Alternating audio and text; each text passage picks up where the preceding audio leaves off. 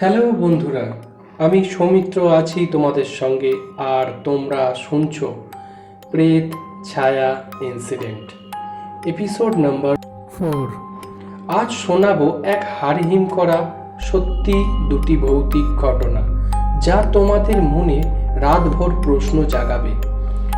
শুরু করার আগে বলি, তোমরা যদি তোমাদের বাস্তব অভিজ্ঞতা পাঠাতে চাও হোয়াটসঅ্যাপে লিখে পাঠাও, নম্বরটা ডিসক্রিপশানে থাকবে। আর চ্যানেলটা সাবস্ক্রাইব করতে ভুলো না। চলো প্রথম ঘটনায় যাওয়া যাক। এই ঘটনাটা যে লিখেছে সে আমাকে তার নাম লেখেনি, কিন্তু তার ঠিকানা দিয়েছে। তো সে লিখছে, নমস্কার দাদা, আমি লিখছি হাওড়ার বাল্টিকুড়ি থেকে। কিছু কারণবশত আমার ও আমার স্ত্রীর নাম বলছি না। আমার সাথে এমন বহু ঘটনা ঘটেছে যা ছোট হলেও আমাকে মন থেকে নাড়িয়ে দিয়েছিল, তবু সেই সময়ের জন্যই।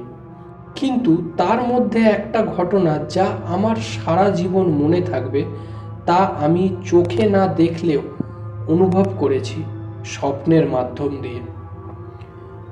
সবার আগে বলি, আমি প্রেত ছায়া শুনছি গত এক সপ্তাহ হবে, আর আমি তোমার ভয়েসের এক বড় ভক্ত হয়ে গেছি। কাজ করতে করতে তোমার ঘটনাগুলো শুনতে থাকি।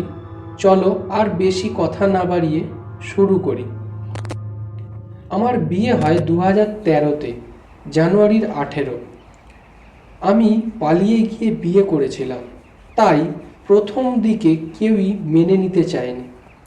আমার ছেলে হওয়ার পর সবাই মেনে নেয়, কিন্তু আমার মায়ের মধ্যে আমার স্ত্রীকে নিয়ে একটা সমস্যা হতো, যেটা এখন সব ঠিকঠাক।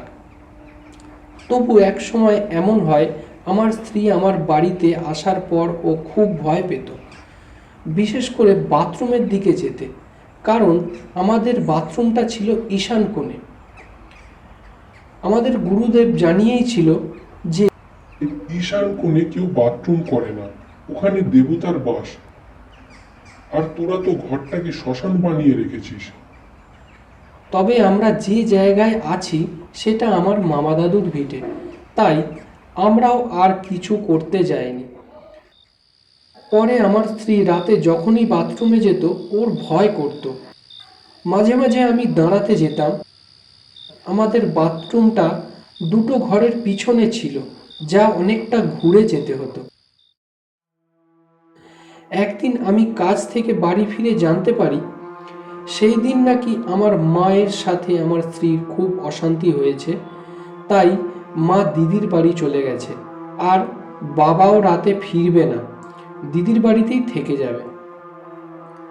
যাই হোক, আমি সব শুনে আমার স্ত্রীকে বোঝাচ্ছিলাম, কিন্তু ও আমি যা বলছি তার উল্টো মানে বার করছিল। ফলে আমার সাথেও একটু ঝগড়া হয়। পরে আমি শুয়ে পড়ি, কিন্তু ঘুম ধরছিল না। রাত তখন 1টা হবে। আমি বুঝতে পারি আমার স্ত্রী যেন উঠে বাইরে গেল। আমি ভাবলাম আজ ঝগড়া হয়েছে হয়তো, তাই ডাকেনি। কিন্তু 5 মিনিট হওয়ার পরও যখন সে আসে না, সেই দেখে আমি বাইরে বেরোই। বাইরে বেরিয়ে দেখি দূরের দরজা বন্ধ, আর পাশের ঘরের আলো জ্বলছে। আমি সেখানে গিয়ে দেখি ও একটা শাড়ি নিয়ে বাঁশের সঙ্গে বাঁধছে। আমি তখনই ওকে টানতে টানতে ঘরে নিয়ে এসে যা হোক করে বুঝিয়ে তাকে ঘুম পাড়াই। সারা রাত্রির সেই জন্য আমি চোখের পাতা এক করতে পারিনি। পরের দিন সকালে আমার দিদিকে আমি সব ফোনে জানাই। দিদি ও মা ও বাবাকে সবই জানায়। আর সেই সঙ্গে আমি গুরুদেবকেও ফোন করে জানাই। গুরুদেব বলে আর দেরি না করে আজই যেন আমার স্ত্রীকে ওনার কাছে নিয়ে যায়। বেলা 11টা নাগাদ গুরুদেবের বাড়ি যাই। গুরুদেব আমার স্ত্রীকে দেখেই বলে, ও কিছু করেনি, ওকে আকর্ষণ করা হয়েছে। আমাদের বাড়িতে বাথরুমে যেতে যে রাস্তা, সেই রাস্তার ওইখানেই উত্তর পশ্চিম দিকে নাকি বহু বছর আগে একটা নিম গাছ ছিল।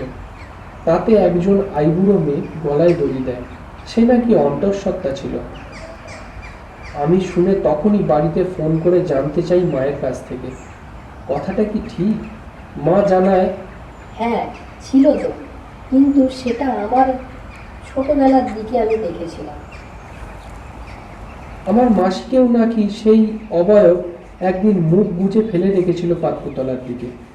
পরে গুরুদেব বাড়িতে এসে এই সূত্র ধরে একটি যজ্ঞ করে এবং আমার স্ত্রীর গলায় দড়ি দিতে গিয়েছিল যে কাপড়ে, সেই কাপড়টিকে পুড়িয়ে ফেলতে বলে। এরপর বেশ কয়েকটা বছর কেটে যায়। গত 2022-এর মাঝামাঝি আমার স্ত্রী হঠাৎ শরীর খারাপ করতে শুরু করে। নানা টেস্ট করাই, কিন্তু কোনো ডাক্তার কিছুই বুঝতে পারছিল না। পরে আমার স্ত্রী এমন হয় যে সে আর একা একা হাঁটতে পারতো না। আমি তাই ওকে ওর বাপের বাড়ি রেখে এলাম, কারণ কাজ না করলে স্ত্রীকে সুস্থ করব কিভাবে। ওর মা ওকে ওর ওখানেই এক ঠাকুমার কাছে নিয়ে যায়। তার নাকি তারামায়ের ভর হয়। সে নাকি বলেছে আগে যে আকর্ষণ করেছিল সেই ওর সঙ্গে এসেছে, আর সে নাকি বাপের বাড়িতেও ওর পিছন পিছন এসেছে। ওর ঠাকুমা ওকে একটা মাদুলি দেয় এবং বলে, যেদিন পড়বি সেদিন থেকে 3 দিন নিরামিষ খাবি। আমি শুনে কিছুটা ভালো অনুভব করি। আর দাদা, আমি বলিনি, আমি কিছু হলেও বুঝতে পারি। চোখে না দেখলেও গুরুদেবের দয়াতে আমি কিছু মন্ত্র দিয়ে সাময়িক বিরাম দিতে পারি। তবে আমি একজন সাধারণ মানুষ, কোনো তান্ত্রিক হবার ইচ্ছে আমার নেই। জানতে ভালো লাগে তাই কিছু শিখে রেখেছি। তো আবার ঘটনায় আসছি। একদিন রাতে আমি আমার ঘরে শুয়েছিলাম। শুয়ে শুয়ে আমি হঠাৎই এক গভীর নিদ্রায় চলে যাই। পরে আমি স্বপ্ন দেখি আমি দোতলায় আছি আমার শ্বশুর বাড়িতে। আমার স্ত্রী ঘুমাচ্ছে। আমি কান্নার আওয়াজ শুনে সিঁড়ি দিয়ে নামতে নামতে দেখি একজন বসে কাঁদছে। তো আমি তার কাঁধে হাত রেখে তাকে বলি, কি হয়েছে? তুমি কে আর এখানে কাঁদছো কেন? বলতেই সে আচমকা আমার দিকে তাকায়। আমি তার সেই মুখ দেখে চমকে উঠি। ও আমার ঘরে নেমে যায়। মুখে তার কালো কালো দাগ ভরা ছিল, চামড়াগুলো যেন গুটিয়ে গেছে। উফ, আমি আজও সেই কথা ভাবলে গায়ে কাঁটা দিয়ে ওঠে। আমি সেই দিন রাতে উঠে জল খাই, কুলকুল করে ঘাম দিচ্ছে। শীতের সময় এমন ঘাম আমি আগে কখনোই দেয়নি। আমি পরের দিন আমার শ্বশুর বাড়িতে ফোন করে জানতে চাই যে সে কি মাদুলিটা হাতে বেঁধেছে। ওর মা বলে 4 দিন হলো। আমি তখনই বুঝতে পারি, তবে এবার ভয় কেটে গেছে। তবে পরে আবার যখন ওর টেস্ট করানো হয় তখন টিবি ধরা পড়ে।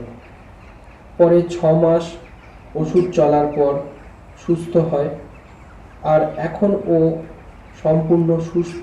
আর আমাদের বাথরুমটাও আমি ভেঙে দিয়েছি। বাথরুমতে আবার নতুন দিকে নতুন করে বাথরুম তুলেছি। আর তাছাড়া এখন আমরা যে ঘরে থাকি সেখানে দক্ষিণাকালী মা ও রাধা মায়ের সঙ্গে গোপাল থাকে, তাই আমাদের আর দ্বিতীয় কোনো ভয় আসেনি। তো এই ছিল আমাদের ঘটনা। ভালো লাগলে পড়ে শুনিও। সত্যি মানুষের জীবনে কত কি না ঘটে। এই ঘটনা শুনে আমার সত্যি একটু ভয় লাগছিল, গায়ে কাঁটা দিয়ে উঠেছে। তো ঘটনাটা তোমাদের কেমন লাগলো অবশ্যই কমেন্টে জানাবে। চলো দ্বিতীয় ঘটনায় যাওয়া যাক।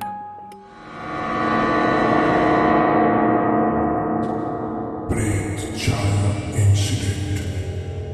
প্রতিটি শব্দ বাস্তব ঘটনা অন্ধকার থেকে উঠে আসে। আজ আমাকে যে ঘটনা লিখে পাঠিয়েছে তার নাম তনিমা বিশ্বাস। সে লিখছে, দাদা, আমি তোমার ঘটনা প্রায়ই শুনি। অনেক দিন হলো ভাবছি আমার জীবনে ঘটে যাওয়া এক বাস্তব অভিজ্ঞতা তোমাকে লিখে পাঠাবো, কিন্তু লেখা করব ভেবেও লেখা হয়ে ওঠেনি। আজ লিখছি। আমি 3rd ইয়ারের স্টুডেন্ট। আমার মা একজন প্রফেসর।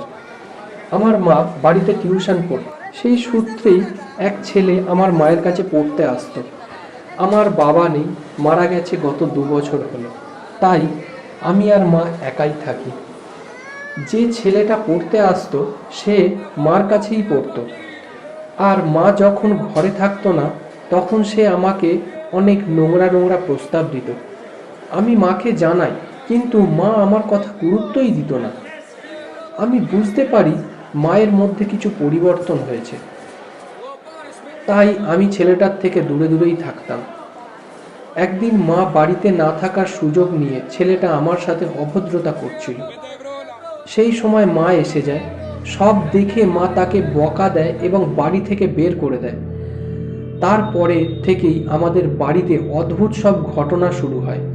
যেমন সকালে বাড়ি পরিষ্কার করে রেখে গেলে বিকালে এসে দেখছি সব আগোছালো হয়ে পড়ে আছে। রাতে ঘুমানোর সময় মাঝরাতে কিছু পড়ে যাওয়ার আওয়াজ, কেউ হেঁটে চলার আওয়াজ শুনতে পেতাম। আস্তে আস্তে আমাদের ফাইন্যান্সিয়াল কন্ডিশনও খুব খারাপ হতে শুরু করে। মা অনেক রোজা বাড়ি ঠাকুর বাড়ি গিয়েও জেনেছে, কিন্তু কেউ কিছু বলতে পারেনি। এমন হতে হতে আমাদের অবস্থা এতটাই খারাপ হয়ে পড়ে যে মা পুরোপুরি ভেঙে পড়ে। আমার এক বান্ধবী আমার মাকে এক ঠাকুর বাড়ির খোঁজ দেয়। সেইখানে গিয়ে যেটা মা জানতে পারে, যে ছেলেটি আমাদের বাড়িতে আসতো সে নাকি আমাদের উপর ব্ল্যাক ম্যাজিক করেছে প্রতিশোধ নেবার জন্য। পরে আমাদের বাড়িতে এক যজ্ঞ হয়, তারপর থেকে সব ঠিক আছে। তো এই ছিল আমার ঘটনা। ভালো লাগলে পড়ে শুনিও। জানি ঘটনাটা খুবই ছোট, তাও যদি ভালো লাগে অবশ্যই দর্শকদের শুনিও। সত্যি মানুষ হিংসে ও ক্রোধের বশবর্তী হয়ে কি না কি করতে পারে, তাই না? তো তোমাদের কেমন লাগলো কমেন্টে জানাও। আজ এখানেই শেষ করছি, পরের এপিসোডে আসছি নতুন এক ঘটনা নিয়ে। ভালো লাগলে বন্ধুদের সঙ্গে শেয়ার করতে ভুলো না। আমার ঘটনা আসতে থাকে প্রতি শনিবার ও রবিবার ঠিক রাত 10টায়। তোমরা শুনছো প্রেত ছায়া ইনসিডেন্ট। এখানে প্রতিটি শব্দ উঠে আসে বাস্তবের গভীর থেকে।